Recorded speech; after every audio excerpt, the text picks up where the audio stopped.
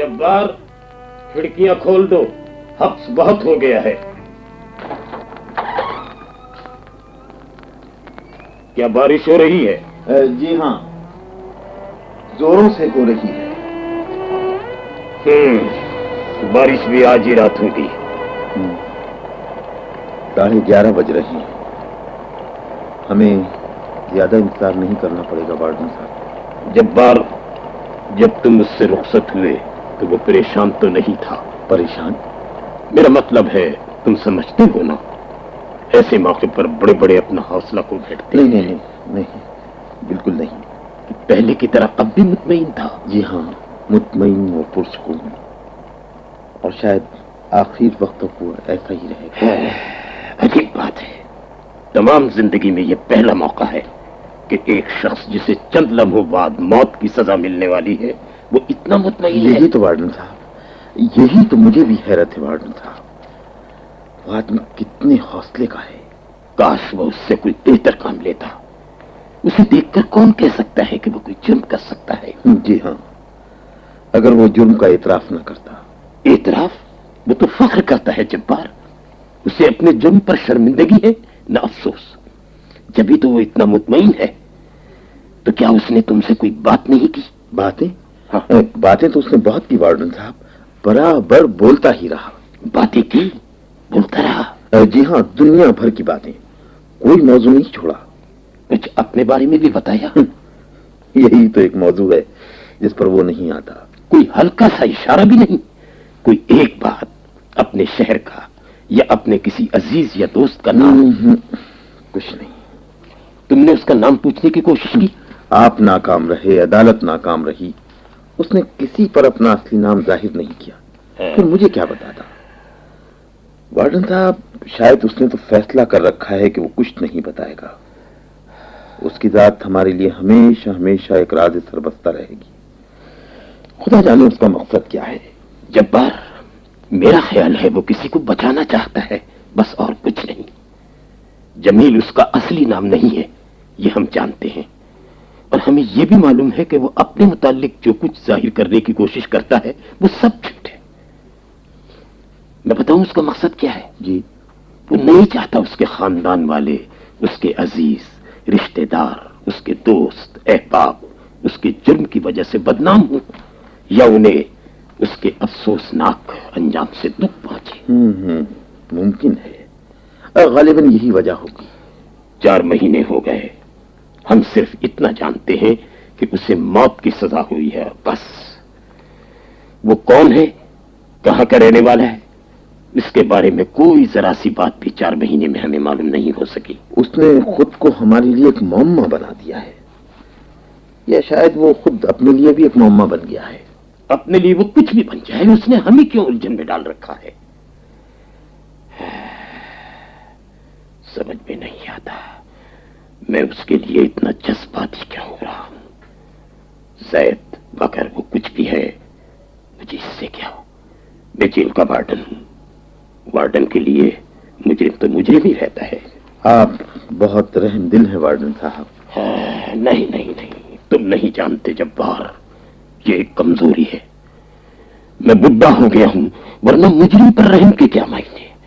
مجھے اس سے نفرت ہونی چاہیے، شدید نفرت۔ اس نے خون کیا ہے۔ آپ کے ساتھ سر نائب کی حیثیت سے کام کرتے ہوئے مجھے 10 برس ہو گئے۔ یہیں اس جیل میں پہلے بھی ایسے مجرم آ چکے ہیں جنہیں موت کی سزا دی گئی، لیکن اس سے پہلے میں نے کبھی اپنے دل میں یہ کھٹک محسوس نہیں کی۔ اس نوجوان میں کوئی خاص بات ہے۔ شاید اس لیے کہ وہ نوجوان ہے۔ یہ عمر اور موت کی سزا دل نہیں مانتا۔ زندگی میں وہ کیا کچھ نہیں کر سکتا تھا، لیکن اب صرف اتنا رہ گیا ہے کہ پھانسی گھر کا گھنٹہ بجے اور اس کے گلے میں پھندا ڈال دیا جائے۔ کتنی افسوسناک بات ہے۔ جی ہاں، وہ بچ سکتا تھا، اس کی سزا میں تخفیف ہو سکتی تھی۔ وہ عدالت کو اپنے پورے حالات سے آگاہ تو کرتا، ممکن ہو اسے پھانسی کی سزا نہ ملتی، لیکن اس نے تو صفائی پیش کرنے سے بھی انکار کر دیا۔ وہ عدالت کو باور کرا سکتا تھا کہ اس سے جو کچھ بھی ہوا وہ اشتعال میں ہوا، اس صورت میں مقدمے کی نوعیت ہی بدل جاتی، لیکن اس نے تو الٹا بیان دیا۔ اس نے کہا کہ اس نے ٹھنڈے دل سے خوب سوچ سمجھ کر قتل کیا ہے۔ یہی تو میں بھی سوچتا ہوں، وہ بچ سکتا تھا مگر اس نے اپنے بچاؤ کے لیے کچھ نہیں کیا۔ کیوں؟ کس لیے؟ اس کے پیچھے کیا راز ہے؟ سوچتا ہوں تو مجھے حیرت ہوتی ہے، اور پھر وہی حیرت ہمدردی میں بدل جاتی ہے۔ ہمدردی کی ایک وجہ اور بھی ہے۔ 10 برس میں نے کسی مجرم کو نہیں دیکھا جو اتنا شائستہ اور اتنا مہذب ہو۔ اپنے ساتھی قیدیوں سے اس کا سلوک بھائیوں جیسا ہے۔ 4 مہینے میں اس کی کوئی شکایت سننے میں نہیں آئی۔ جو اسے دیکھتا ہے اس کا گرویدہ ہو جاتا ہے۔ میں تائید کرتا ہوں، میری خود یہی حالت ہے۔ خدا مجھے معاف کرے، یہ میرے فرض کے منافی ہے، لیکن میں اپنے جذبہ رحم پر قابو نہیں پا سکتا۔ جبار، میرے دل سے ایک ہی آواز اٹھتی ہے، اسے ابھی مرنا نہیں چاہیے۔ وارڈن صاحب، اب کیا ہو سکتا ہے؟ صرف چند لمحے باقی رہ گئے ہیں۔ بہت کچھ ہو سکتا ہے، بہت کچھ ہو سکتا ہے۔ وہ اگر چاہے تو عدالت عالیہ میں اپیل ہو سکتی ہے۔ مقدمے کے اخراجات کی اسے فکر نہیں ہے۔ 25,000 روپے اس کے نام سے بینک میں موجود ہے۔ یہ دیکھو اس کی چیک بک۔ 25,000؟ ہاں، میں نے اس سے پوچھا تھا تمہارے بعد اس رقم کا کیا ہوگا؟ تم اپنے کسی دوست یا عزیز کا نام بتا دو تو یہ رقم اسے بھیج دی جائے۔ پھر اس نے کیا کہا؟ اس نے کہا کہ دنیا میں میرا کوئی نہیں ہے، آپ یہ رقم کسی اسکول یا کسی یتیم خانے کو بھیج دیجیے گا۔ تو گویا اس نے کسی کا نام نہیں بتایا؟ نہیں، بالکل نہیں۔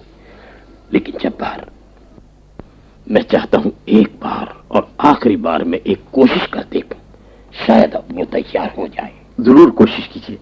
میں آپ کے ساتھ چلوں یا آپ اکیلے جائیں گے؟ نہیں جبار، میں وہ کام کرنا چاہتا ہوں جو اس جیل کی حدود میں کبھی نہیں ہوا۔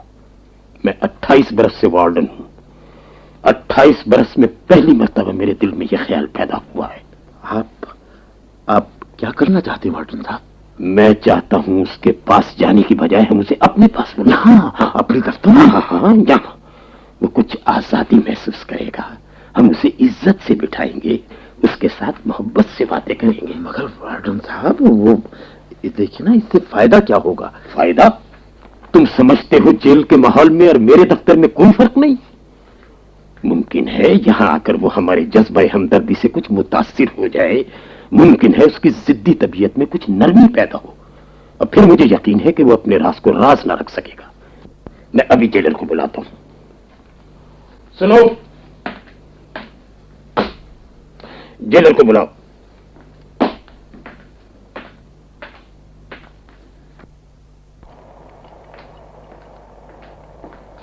یس سر۔ دیکھیے، آپ ابھی جائیے اور جمیل نامی مجرم کو یہاں لے آئیے۔ یہاں آپ کے دفتر؟ ہاں، یہی اور اسی وقت۔ سنا آپ نے؟ یس سر۔ سنیے، یس سر۔ تیاریاں مکمل ہو گئی؟ یس سر، صرف 15 منٹ اور انتظار کرنا پڑے گا۔ دیکھیے، میں نہیں چاہتا آج رات اس کام میں ذرا سی بھی تاخیر ہو۔ کسی طرف سے ذرا سی بھی کوتاہی ہوئی تو میں سخت ایکشن لوں گا۔ جو اور سنیے، جب سب کچھ تیار ہو جائے ٹھیک اسی وقت آپ مجھے اطلاع دیجیے، نہ 1 منٹ پہلے نہ 1 منٹ بعد۔ یس سر۔ میں آپ کا یہاں انتظار کروں گا۔ نائب صاحب اور جمیل بھی یہی موجود ہوں گے۔ یہاں؟ ہاں، یہی۔ یس سر۔ بس آپ جائیے، اور دیکھیے جب آپ مجھے اطلاع دینے آئے تو بس ذرا دروازہ کھول کر یہاں کھڑے ہو جائے۔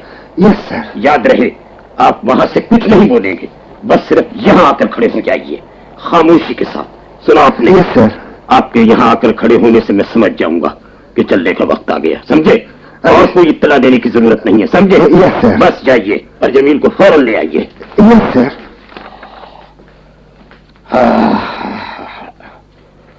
جبار ٹھیک ہے نا؟ جی۔ ہیلو؟ ہاں، کیا جمیل سے کون ملنا چاہتا ہے؟ جمیل سے؟ کس کا فون ہے سر؟ ہیلو؟ ہاں، میں بول رہا ہوں۔ اوہ، آپ مزاج شریف؟ جی ہاں، زیادہ سے زیادہ آدھ گھنٹہ۔ کیا ہوں میں؟ لڑکی جمیل سے ملنا چاہتی ہے؟ جی، جیسا حکم ہو۔ بہتر ہے، فوراً بھیج دیجیے۔